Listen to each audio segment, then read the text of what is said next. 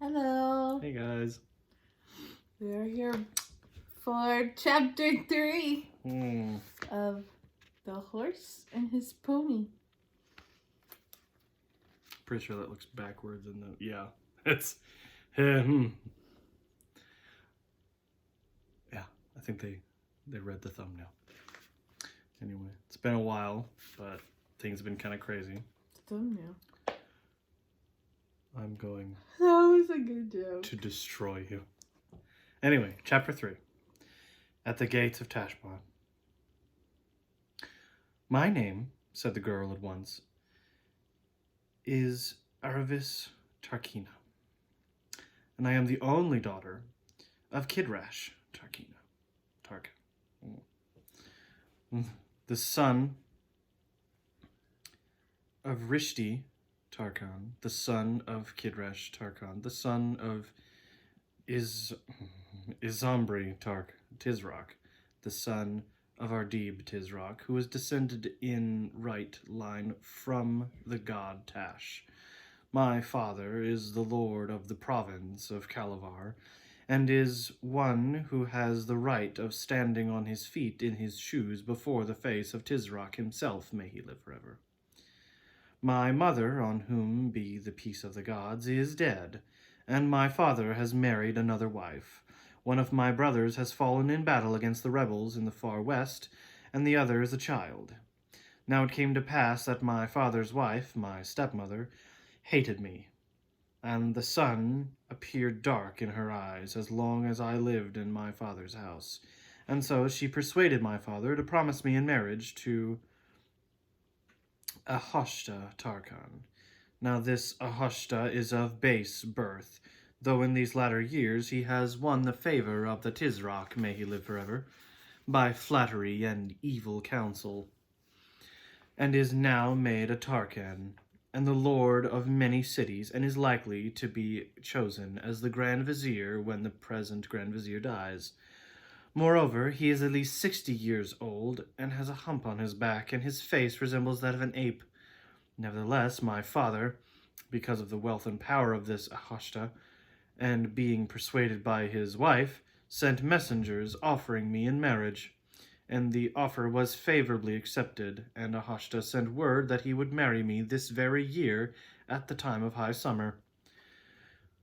When this news was brought to me, the sun appeared dark in my eyes, and I laid myself on my bed and wept for a day. But on the second day I rose up, washed my face, and caused my mare, Hwin, to be saddled, and took with me a sharp dagger which my brother had carried in the western wars, and rode out alone. And when my father's house was out of sight, and I was come to a green open place in a certain wood, where there were no dwellings of men, I dismounted from Hwin, my mare, and took out the dagger. Then I parted my clothes, where I thought the readiest way lay to my heart, and I prayed to all the gods that soon I was dead, I might find myself with my brother. After that I shut my eyes and my teeth, and prepared to drive the dagger into my heart. But before I had done so, this mare spoke with the voice of one of the daughters of men, and said, "Oh, my mistress, please do not by any means destroy yourself, for if you live, you may yet have good fortune, but all the dead are dead alike." I didn't say it half so well as that, muttered the mare. "Hush, ma'am, hush," said Bree, who was thoroughly enjoying the story. "She's telling it in the grand Callerman manner, and no storyteller in a Tizrak's court could do it better. Pray, go on, little Tarkina."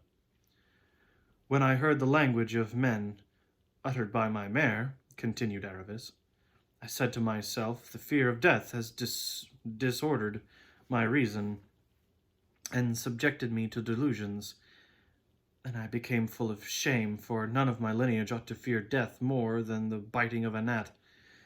Therefore I addressed myself a second time to the stabbing, but Hwin came near to me and put her head between me and the dagger, and discoursed to me the most excellent reasons, and rebuked me as a mother rebukes her daughter. Now my wonder was so great that I forgot about killing myself, and about Ahashta and said, "O my mare, how have you learned to speak like one of the daughters of men?" And Hwin told me what is known to all this company, that in Narnia there are beasts that talk, and how she herself was stolen from thence when she was a little foal. She told me also of the woods and the waters of Narnia, and the castles, and the great ships, till I said, "In the name of Tash and Azeroth and Zardina, Lady of the Night, I have a great wish to be in that country of Narnia. Oh, my mistress." Oh, C.S. Lewis is not good at punctuating. "Oh, my mistress," answered the mare, "if you were in Narnia, you would be happy, for in that land no maiden is forced to marry against her will." And when we had talked together for a great time, hope returned to me, and I rejoiced that I had not killed myself. Moreover, it was agreed between Hwin and me that we should steal ourselves away together, and we planned in this fashion. We returned to my father's house, and I put on my gayest clothes, and sang and danced before my father, and pretended to be delighted with the marriage which he had prepared. Also I said to him, "O my father, and O delight of my eyes, give me your license and permission to go with one of my maidens alone for 3 days into the woods, and do secret sacrifices to Zardina, Lady of the Night, and of maidens, as is proper and customary for damsels when they must bid farewell to the service of Zardina and prepare themselves for marriage." And he answered, "O my daughter, and O the delight of my eyes, so shall it be." But when I came out of the presence of my father, I went immediately to the oldest of his slaves, his secretary, who had dandled me on his knee when I was a baby, and loved me more than the air and the light. And I swore him to be secret, and begged him to write a certain letter for me. And he wept and implored me to change my resolution. But in the end he said, "To hear is to obey," and did all my will. And I sealed the letter and hid it in my bosom. "But what was in the letter?" asked Shasta. "Be quiet, youngster," said Bree. "You're spoiling the story. She'll tell us all about the letter in the right place. Go on, Tarkina." Then I called the maid who was to go with me into the woods and perform the rites of Zardina, and told her to wake me very early in the morning. And I became merry with her and gave her wine to drink. But I had mixed such things in her cup that I knew she must sleep for a night and a day. As soon as the household of my father had committed themselves to sleep, I arose and put on an armor of my brother's, which I always kept in my chamber in his memory. I put into my girdle all the money I had and certain choice jewels, and provided myself also with food, and saddled the mare with my own hands, and rode away in the second watch of the night. I directed my course not to the woods where my father supposed I would go, but north and east to Tashbaan. Now for 3 days and more I knew that my father would not seek me, being deceived by the words I had said to him. And on the 4th day we arrived at the city of Azimbala. Now Azimbala stands at the meeting of many roads, and from it the posts of the Tisroc, may he live forever, ride on swift horses to every part of the empire. And it is one of the rights and privileges of the greater Tarkans to send messages by them. I, therefore, went to the chief of the messengers in the house of imperial posts in Azimbala, and said, "O dispatcher of messages, here is a letter from my uncle, Ahashta Tarkan. To Kidrash Tarkan, Lord of Calabar. Take now these 5 crescents, and cause it to be sent to him." And the chief of the messengers said, "To hear is to obey." This letter was fain to be written by Ahashta, and this was the signification of the writing. Ahashta Tarkan to Kidrash Tarkan, salutations and peace. In the name of Tash, the irresistible, the inexorable, be it known to you that as I made my journey toward your house to perform the contract of marriage between me and your daughter Arabes Tarkina, It pleased fortune and the gods that I fell in with her in the forest, when she had ended the rites and sacrifices of Zardina according to the custom of maidens. And when I learned who she was, being delighted with her beauty and discretion, I became inflamed with love, and it appeared to me that the sun would be dark to me if I did not marry her at once. Accordingly, I prepared the necessary sacrifices and married your daughter the same hour that I met her, and have returned with her to my own house. We both pray and charge you to come hither as speedily as you may, that we may be delighted with your face and speech, and also that you may bring with you the dowry of my wife, which, by reason of my great charges and expenses, I require without delay. And because thou and I art brothers, I assure myself that you will not be angered by the haste of my marriage, which is wholly occasioned by the great love I bear your daughter, and I commit you to care of all the gods. As soon as I had done this, I rode on in all haste from Asimbala, fearing no pursuit, and expecting that my father, having received such a letter, would send messages to Ahashta, or go to him himself, and that before the matter was discovered, I should be beyond Tashbaan. And that is the pith of my story, until this very night, when I was chased by lions and met you in the swimming of the salt water. And what happened to the girl? The one you drugged? Asked Shasta. Doubtless she was beaten for sleeping late, said Aravis coolly. But she was a tool and a spy of my stepmother's. I'm very glad they should beat her. I say, that was hardly fair, said Shasta. I did not do any of these things for the sake of pleasing you, said Aravis. And there's another thing I don't understand about that story, said Shasta. You're not grown up. I don't believe you're any older than I am. I don't believe you're as old. How could you be getting married at your age? Aravis said nothing, but Bree said at once, Shasta, don't display your ignorance. They're always married at that age in the great Tarkan families. Shasta turned very red, though it was hardly light enough for the others to see this, and felt snubbed. Aravis asked Bree for his story. Bree told it, and Shasta thought that he put it in a great deal more than he needed, about the falls and the bad riding. Bree obviously thought it very funny, but Aravis did not. When Bree had finished, they all went to sleep. Next day, all four of them, 2 horses, 2 humans, continued their journey. Shasta thought it had been much pleasanter when he and Bree were on their own, for now it was Bree and Aravis who did nearly all the talking. Bree had lived a long time in Calormen and had always been among Tarkans and Tarkan's horses, and so, of course, he knew a great many of the same people and places that Aravis knew. She would always be saying things like, but if you were at the fight of...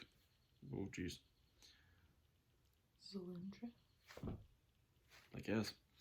The fight of Zalindra, you would have seen my cousin, Alamash. Oh my gosh, C.S. He's so bad at punctuation. Like, I can't tell who's talking until it's too late. Yeah. This is Bree talking, actually.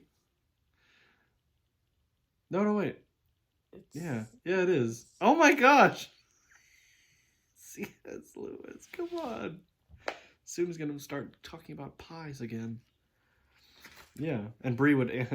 You would have seen my cousin, Alamash, and Bree would answer, oh yes, Alamash. He was only captain of the chariots. I don't quite hold with chariots or the kind of horses who draw chariots. That's not real cavalry. But he's a worthy nobleman. He filled my nosebag with sugar after the taking of Tibeth. Or else, Bree would say, I was down at the lake of Misriel that summer. And Aravis would say, oh, Misriel. I had a friend there. Lazarina Tarkan. What a delightful place it is. Those gardens in the Valley of the Thousand Perfumes. Bree was not in the least trying to leave Shasta out of things, though Shasta sometimes nearly thought he was. People who know a lot of the same things can hardly help talking about them, and if you're there, you can hardly help feeling you're out of it. Hwin, the mayor, was rather shy before a great warhorse like Bree, and said very little. And Aravis never spoke to Shasta at all, if she could help it. Soon, however, they had more important things to think of. They were getting near Tashbaan.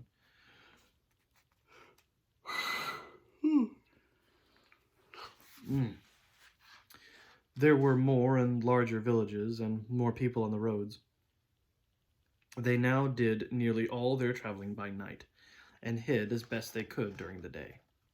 And at every halt they guarded and argued about... Well, they argued and argued, about what they were to do when they reached Tashbaan.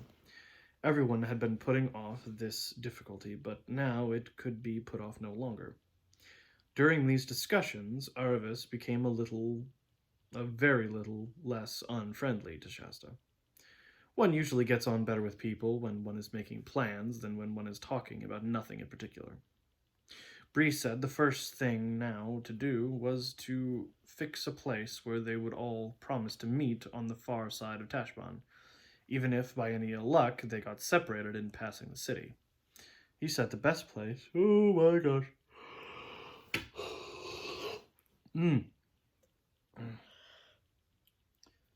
The best place to meet would be the tombs of the ancient kings on the very edge of the desert. Things like great stone beehives, he said. You can't possibly miss them. And the best of it is that none of the Calormans will go near them because they think the place is haunted by ghouls and they're afraid of it. Aravis said asked if it wasn't really haunted by ghouls. Thank goodness. But Bree said he was a free Narnian horse and didn't believe in these Calorman tales. And then Shasta said he wasn't a Calorman either and didn't care a straw about these old stories of ghouls. This wasn't quite true, but it rather impressed Aravis, though at the moment it annoyed her too. And of course she said she didn't mind any number of ghouls either, so it was settled that the tombs would be their assembly place on the other side of Tashbaan. And everyone felt they were oh my gosh! Everyone felt like they were yawning. Oh, that's not helpful. Everyone felt they were getting on very well till Hwin humbly pointed out that the real problem was not where they should go when they had gotten through Tashbaan, but how they were to get through it. We'll settle that tomorrow, ma'am, said Bree. Time for a little sleep now. But it wasn't easy to settle. Aravis's first suggestion was that they should swim across the river below the city during the night and not go into Tashbaan at all. But Bree had two reasons against this. One was the river mouth was very wide and it would be far too long a swim for Hwin to do, especially with a rider on her back. He thought it would be too long for himself too, but he said much less about that. The other was that it would be full of shipping, and of course anyone on the deck of a ship who saw two horses swimming past would be almost certain to be inquisitive. Shasta thought they should go up the river above Tashbaan and cross it, where it was narrow, but Bree explained that there were gardens and pleasure houses on both banks of the river for miles, and there would be Tarkans and Tarkinas living in them, and riding about the roads and having water parties on the river.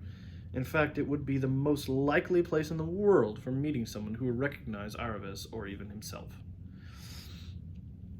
We'll have to have a disguise, said Shasta. Hwin said it looked to her as if the safest thing was to go right through the city itself from gate to gate, because one was less likely to be noticed in the crowd.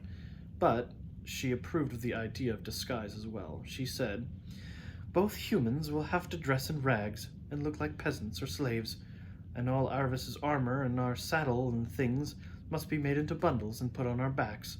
The children must pretend to drive us, and people will think we're only pack horses." "Oh, dear Hwin," said Aravis rather scornfully, as if anyone could mistake Bree or anything for anything but a war horse, however you disguise him. "I should think not indeed," said Bree, snorting, letting his ears go ever so little back. "I know it's not a very good plan," said Hwin. "I think it's our only chance. We haven't been groomed for ages. We're not looking quite ourselves. At least, I'm sure I'm not. I do think if we get well plastered with mud, and go along with our heads down, if we're tired and lazy and don't lift our hooves, we might not be noticed, and our tails ought to be cut shorter. Not neatly, you know, but all ragged." "My dear madam," said Bree, "have you pictured to yourself how very disagreeable it would be to arrive in Narnia in that condition?" "Well," said Hwin humbly, she was a very sensible mare, "the main thing is to get there." Though nobody much liked it, it was Hwin's plan which had to be adopted in the end. It was a troublesome one, and involved a certain amount of what Shasta called stealing, and Bree called raiding. One farm lost a few sacks that evening, and another lost a coil of rope the next, but some tattered old boys' clothes for Aravis to wear, and had to be fairly bought and paid for in the village. Shasta returned with them in triumph, just as evening was closing. The others were waiting for him among the trees at the foot of a low range of wooded hills which lay right across the path. Everyone was feeling excited because this was the last hill. When they reached the ridge at the top, they would be looking down on Tashbaan. "I do wish we were safely past it," muttered Shasta to Hwin. "Oh, I do, said Hwin fervently. That night, they wound their way through the woods up to the ridge by a woodcutter's track. And when they came out of the woods at the top, they could see thousands of lights in the valley down below them. Shasta had no notion of what a great city would be like, and it frightened him. They had their supper, and the children got some sleep, but the horses woke them very early in the morning. The stars were still out, and the grass was terribly cold and wet. But, I just can't catch my breath. But daybreak was just beginning far to their right across the sea. Aravis went a few steps away into the wood and came back looking odd in her new ragged clothes and carrying her real ones in a bundle.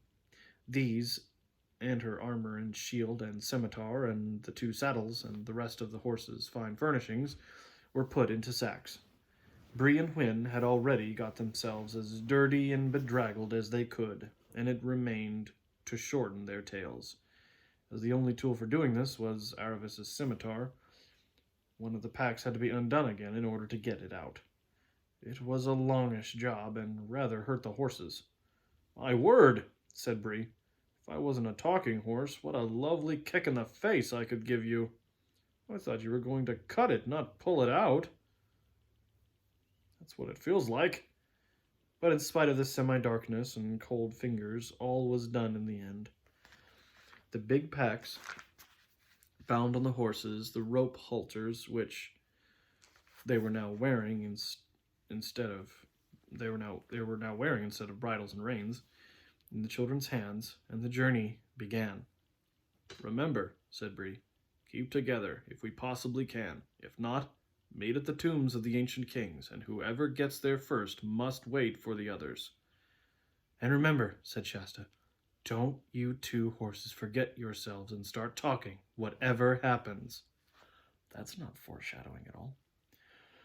Anyway, that is the end of chapter 3. So, buttons. All right. Bye. Bye.